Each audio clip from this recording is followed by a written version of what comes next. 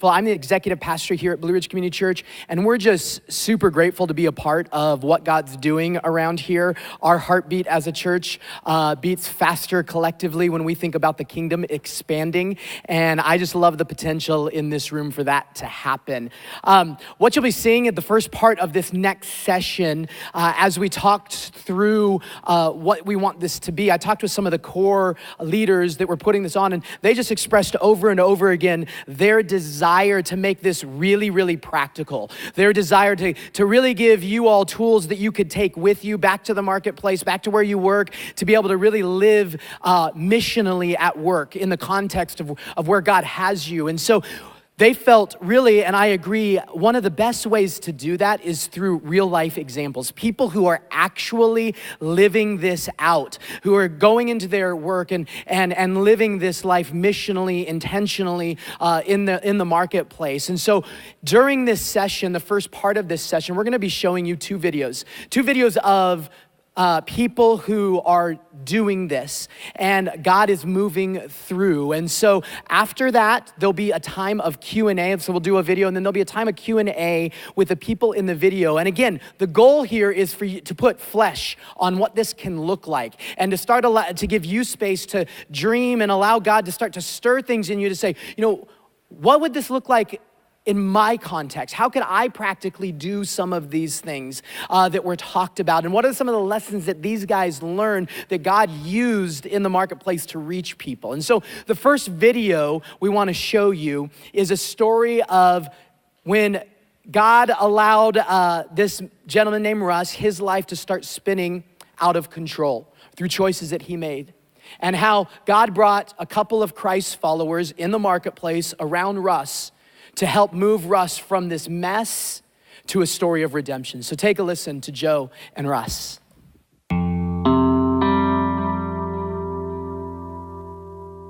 Russ, I remember this place. I remember that day that you called me. Why don't you take me back to that day? Tell me how we ended up here. Joe, I'll be honest with you, that was one of the worst periods that I can really remember in my life. Marriage was in the trash can. Job stress had gotten so bad that if you could make a wrong decision, I pretty much made it. And just pretty much went down a deep hole. And when I sat down and talked to Dale about it, I was in a pretty bad spot. And Dale referred me over to you. I did not have a relationship with Christ. And that's where my problems were coming from. All the chaos, all the issues. I just was at the rock bottom, I guess. Yeah. About as far down as you can possibly be. And we met here, literally sat on that hill. Pretty much every bad thing I guess I'd ever done, I wound up having to tell you about, which made it one of the most difficult conversations I'd ever had with anybody. For me, in the moment, I just really realized that, you know, what you were searching for was a relationship with God. And you remember where I invited you to? Absolutely. Went to Engage. We went over to Madison Heights, met at Engage, and that was probably the first time in my life that I'd ever sat down with a group of men. And there was a lot of open and honest, hard conversations. And through the course of that night, we worked through, you used the term unpack. Yeah. We kind of unpacked the situation and talked things through. And although I was not in the right spot that night, I would have to say I was comfortable in the environment because of all those that were there. And there was a lot of love being shown. I mean, people took me in right out of the box. And it was that night that, before that meeting was over with, that I had actually had my meeting with the Lord. Mm-hmm. And that has been... When you say that meeting with the Lord, you made the decision to make the Lord your life that day? Absolutely. Yeah.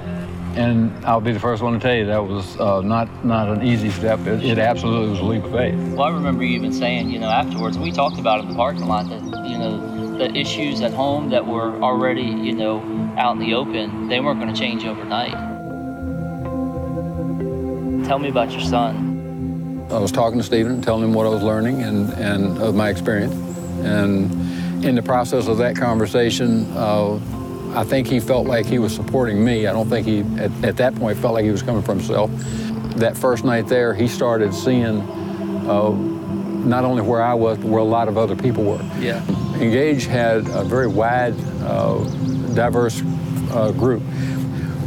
A couple of weeks after he was going, he really devoted himself, and he went with me every Thursday night. And a couple of weeks after that, at a table that I wasn't sitting at, when he was having one of those hard conversations, he met the Lord. Yeah, I remember. It was an exciting time. You know, sometimes you see the baptism take place inside the church, and other times they are done at the river, and that's what we did. So tell me a little bit about that experience. We went down, the Engage group met our Thursday night. We actually met down the James River, right under the bridge.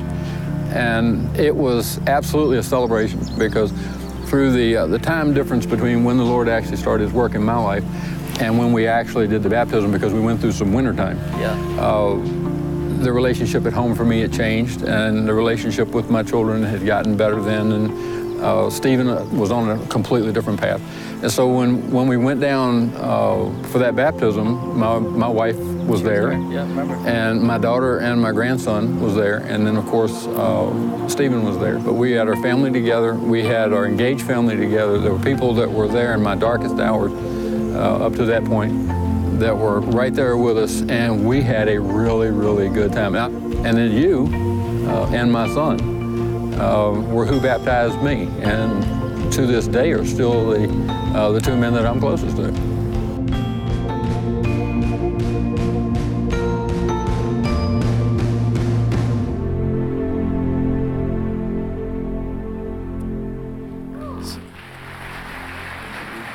Go ahead and grab your mics. There you go. So thanks, guys, for being here. Thank you for willing to step out on this stage and talk. Just love watching stories of life change. Love watching how God works through things. Got a couple of questions for you guys. And so, Joe, I want to start with you. You know, investing into people, it takes a ton of time, especially when their life is a mess. I mean, I just know that from a standpoint of having done this for years and knowing you for years. I know how busy you are. You know, you wake up most mornings 4:35 a.m. You work 2 jobs throughout the week. Most of your evenings are filled with meetings and events that you go to, and then you've got a wife and all of that. And then God brings people like Russ into your life. I just want to ask you on a really practical way to a bunch of busy people, how do you find time? Like, talk to us about the creative ways that you have found in yourself to be able to find time to invest into people that God brings you. She's not here today, but I have the best wife in the world. I mean, to give me the time that I do it. But I think everybody here, for the most part, is busy. I mean, we are constantly on the move, and I don't think that technology is helping us right now to slow down. So I don't want to feel like I'm the only one in the room that has a busy life. I'm sure everybody here can relate. You know, I do get up early. I'm an early person, so for those that aren't, this is going to frustrate you to no end. But I jump out of the bed and I'm ready to go. But I also know that's my best time with God. And, you know, to say that every morning I jump out of bed and I fall to my knees, not true. But when I'm doing that, when I'm praying and relating well with God, you know, he just opens my eyes to things. And what I've learned is to leverage the time that I do have during the day. I work for a construction company, and a lot of times I get a chance to travel, and sometimes I'll be meeting somebody there, and I'll say, hey, instead of meeting there, let's ride together. And I know I'll get a couple hours with that person and, you know, leverage that time that I have with them. Just recently I had a guy that went to a job site with me, and you know, half hour into the car ride, you know, he starts telling me about his marriage, and we started talking about, you know, a lot of other things. And you just never know what doors that God's gonna open, but I think you have to set yourself up and leverage the time when you're around people and just figure out ways that you can connect personally with them. Yeah, I love the picture there. It makes me think of the Gospels where Jesus takes this, you know, his kid, he's got, you know, some fish and some loaves of bread. We know the story, right? And it's a Sunday school story that we hear. But for me, that's a practical example of what that looks like in our context of us saying, God, all I've got is a car ride. All I've got is a little bit of time here. I don't know how else to do this, but I'm gonna trust if I bring that to you that you're gonna be able to feed thousands with that. And I love seeing the picture of that lived out. Russ, you said in the video, which I love because I've heard this before, you've said in the video, you know, we watched Joe and your son baptize you, that it was an exciting moment for you, not just because of your baptism, but because the 2 men closest to you in the world were there doing the baptism. that wasn't always your and Joe's relationship, right? Correct? And so describe kind of the context of which you found yourself, that, where you and Joe were at prior to this whole thing starting your conversation. Well, what actually happened was in the works that we do, Joe's job is more of a salesman type job. He's a customer advocate, that sort of thing, and so he always had a tremendous amount of needs. In the there's other people that know Joe, okay. But when we were working through this, at that point in time, I lead a really small group of highly skilled operators, but we had a tremendous amount of jobs. So I've got 8 or 9 people that are spread out over 35 jobs, and we were very, very busy all the time. So whenever the phone would ring and it was Joe on the other side, it was always another need. So it was adding something else to the task list. And Joe's needs were always really intense. We got to have them now. Okay, so stop what you're doing, pull somebody, send them somewhere else. And so it made for a very stressful type of a relationship early on. And of course, I didn't know that much about Joe at the time. I like Joe as a person, but he was a demanding person. Seeing his name pop up on the phone was certainly not something that was excitement for me. See, just an example that God can use anyone, So tell me then, with that in mind, with that relational dynamic, which I love that it's part of the story, because I joke with Joe that God can use anyone, but he literally can in this whole process. So tell me, what was it about that first interaction as Dale pushed you towards Joe? What did Joe do well in that moment that changed maybe the dynamic that you guys had previous, that made him somebody that you could actually be open with and that you actually started to listen to? Well, when we originally sat down, or when I called Joe, he was very open to the idea that he needed to talk to me. And I think Dale had probably already called him and given him that alert. But then when I actually did call him, it was one of those things, okay, we're going to get together right after work and let's just meet someplace that's very, very neutral, and we're just going to talk. And let's kind of see where that goes. And so when we sat down and started talking, I was very broken and a lot of stuff going on. So Joe kind of gave me some of his story. And as he was giving me his story and talking about his relationship then, of course, with Dale and with the company, but a lot of things that were happening within his story, I started to calm down. And as I calmed down, we were kind of finding neutral ground. And then to be honest with you, it just kind of one thing after another. And then we had a really lengthy conversation that, in his terms, we unpacked everything. And once it was out in the open, light tends to sanitize everything. And so once it was out in the open and we had a more detailed conversation, then it went on a different path. But the fact that he was just so open to it, and he listened to me, and in a very low tone shared his story with me to make me comfortable, that was really what made it work. Really, really cool. So, Joe, why do you think, Dale, the owner of the company at the time, or the owner of the company, he's a Christ follower, really smart guy, capable in a lot of ways. Why do you think he sent Russ to you? Well, just to tell you, when I got to Moore's, I got the office right across from Dale Moore, which coming into a new company and you're right across from the boss, you're just like, oh boy.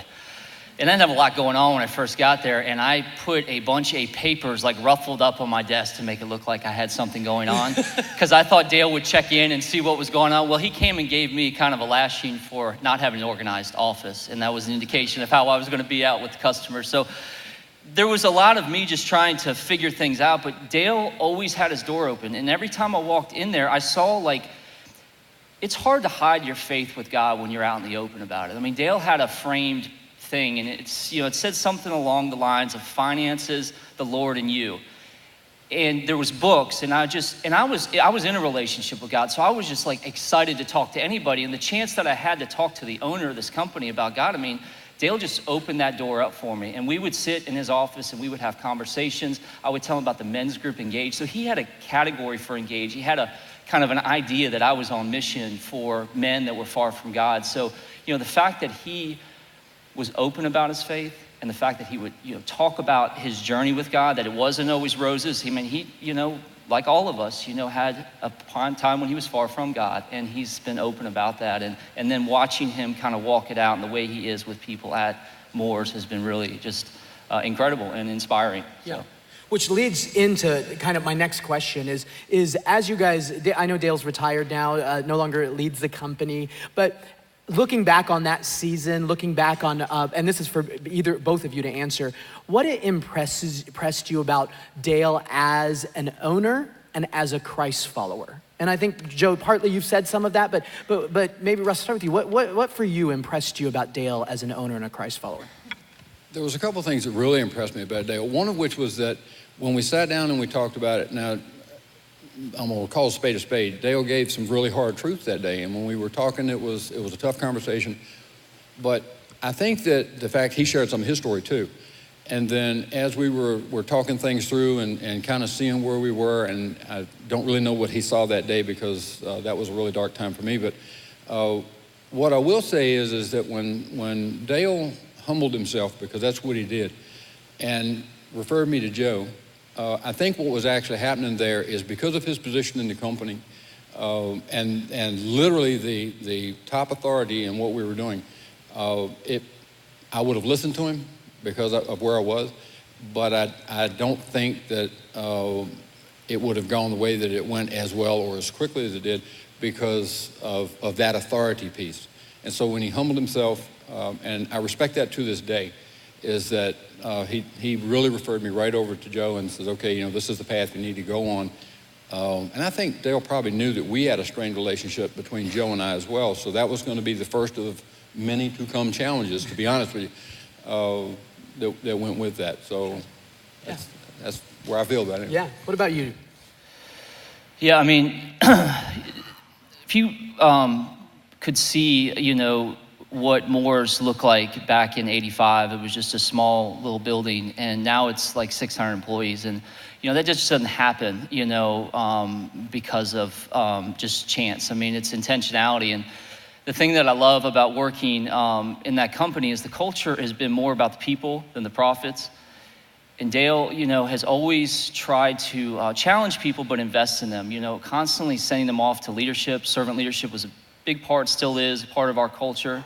Dale will oftentimes send people off to go meet with, anybody that he thinks might help them. And, I think that continues now with his son who's taking over. And it's, I guess, just incredible to think that, a company and the size that it is can make their people feel that important every day.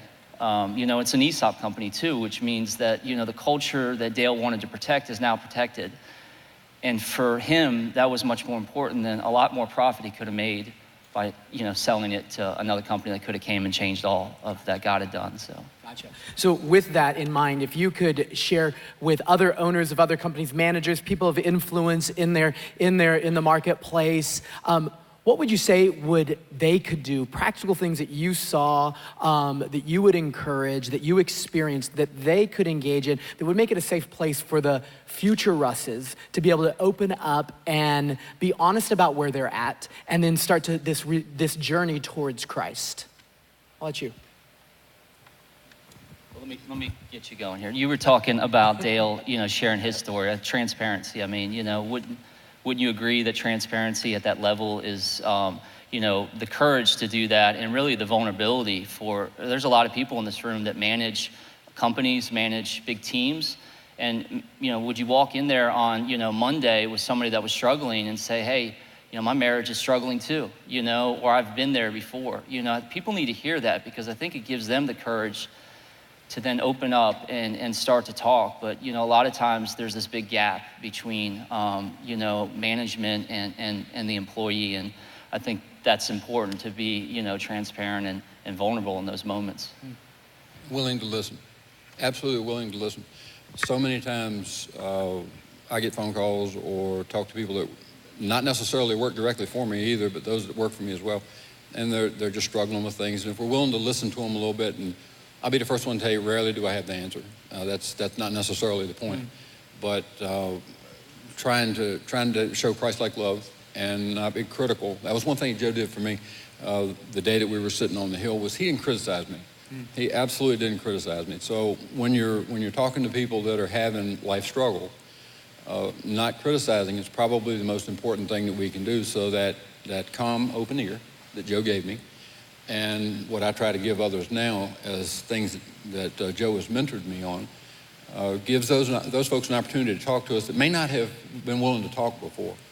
And then when you walk out on the job sometimes and you see people, the look on their face sometimes, the disposition, how they speak back, because I speak to everybody I see, very often is a barometer of what their day is like. And sometimes it just makes you stop for a minute and see what's going on with that person. Yeah. Really good, really good. Go ahead.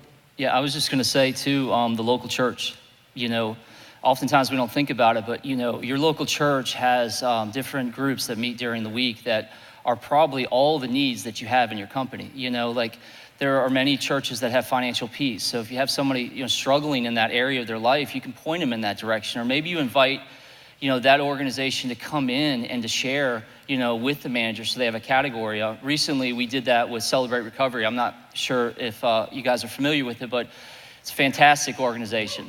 Yeah, absolutely. I mean, they do an incredible thing, and they're all over the place. I mean, that's how large they are, but they're in all these different areas. So knowing that and knowing more is in parts of Virginia that are really remote. Down in North Carolina, we were able to bring in Blue Ridge's Celebrate Recovery, and Dave and Debbie O'Brien shared what it was that they did and the mission that they had, which was to help people that are struggling with addictions or hang-ups. And it gives the managers, I think, another filter or category to be able to help people and point them in the direction. And I wouldn't say, hey, just go check this out. A next step to that would be, hey, I'm gonna come alongside you. I'm gonna go with you on Sunday night for the next Celebrate Recovery, get them connected, and then see what God has for you in that relationship. Really good, really good. Joe, obviously, guys, we show this story because this is a success story, right?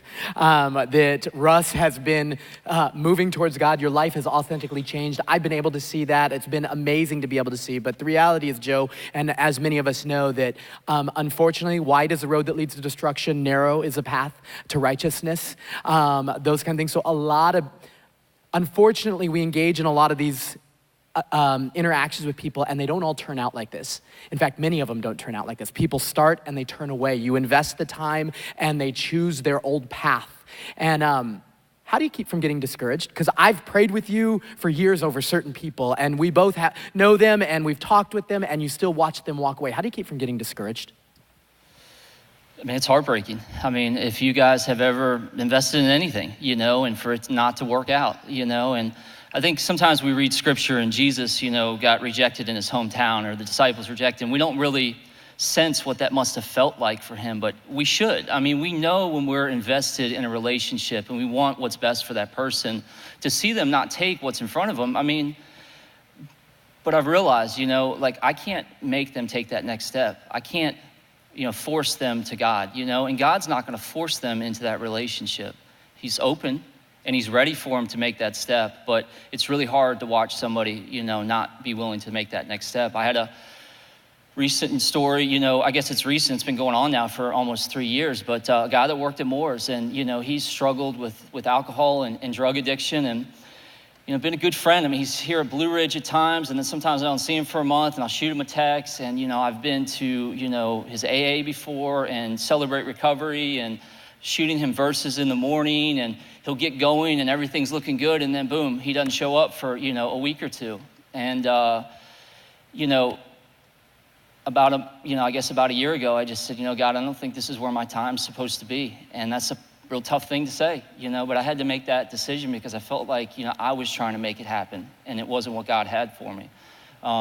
He's getting ready to go to jail for 6 months in November, and I'm just gonna pray for him. Maybe that's his bottom, but guys, I'm telling you, if you're gonna do this, you're gonna get hurt, you're gonna get discouraged. You just gotta keep going back to God and say, God, what do you want from me today? And he'll fill you back up. He'll give you opportunities to have, exciting times with people like Russ here. And he just says, don't quit. And that's what Jesus didn't do. He didn't quit. Cool. One final question. Russ, what I love, one of the things we say around here often at Blue Ridge is the gospel only came to you on its way to someone else.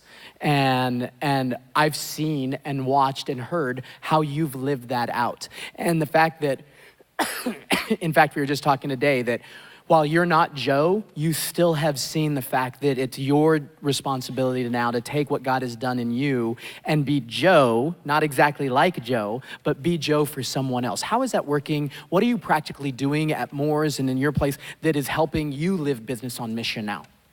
Well, like you just mentioned, and I'm going to go ahead and say this because I thought about it quite a bit, I'm not Joe.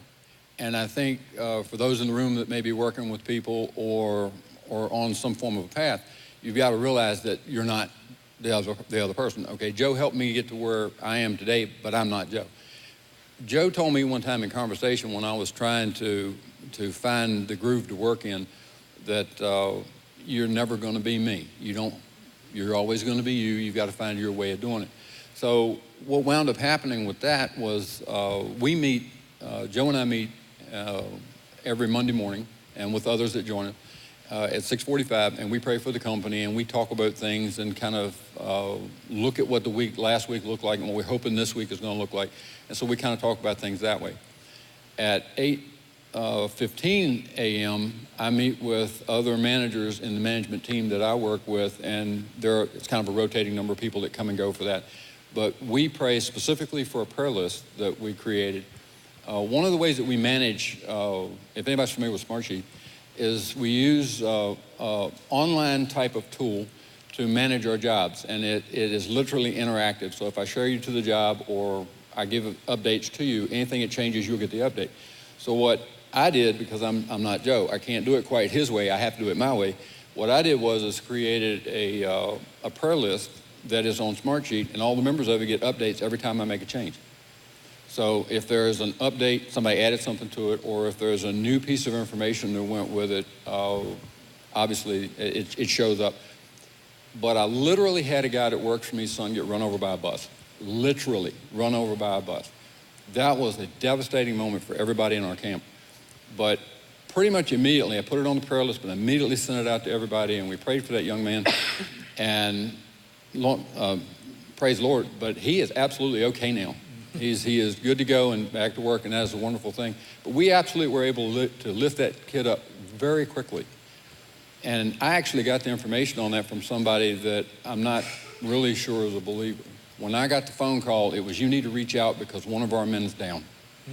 And so I was really surprised by that. Some of the prayer requests that I get now are coming from people that openly pretty much tell you they don't believe. And I'm really surprised by that. So that is where I kind of am right this minute. And then mentioned earlier that I make it to where if you reach out to me, you don't have to tell me your story. If you just shoot me a text, shoot me an email, just tell me you're hurting, that you need prayer. And that's literally all the text needs to say. Lord already knows. He already knows the whole thing. So all I'm needing to do is to lift you up. And we try to make that as just free and easy as it can be for anybody. And obviously I talk to a lot of people, and I pray for a lot of people openly, but I talk to a lot of people on the jobs. And the most important lesson I think that I got out of Engage, and I told you about this earlier this morning we were talking, was that there is the possibility that the only Bible a person is going to read is my action. So go about your day with that in mind. If we're able to do that, forgive me a little bit. When all this was happening and everything you saw on the screen, and my life had kind of fallen apart, my wife's actually here today. And it makes for kind of an emotional moment for me because as we've worked through some of this, she has absolutely walked every step of this thing with me. And I praise the Lord for her, and I thank her for me.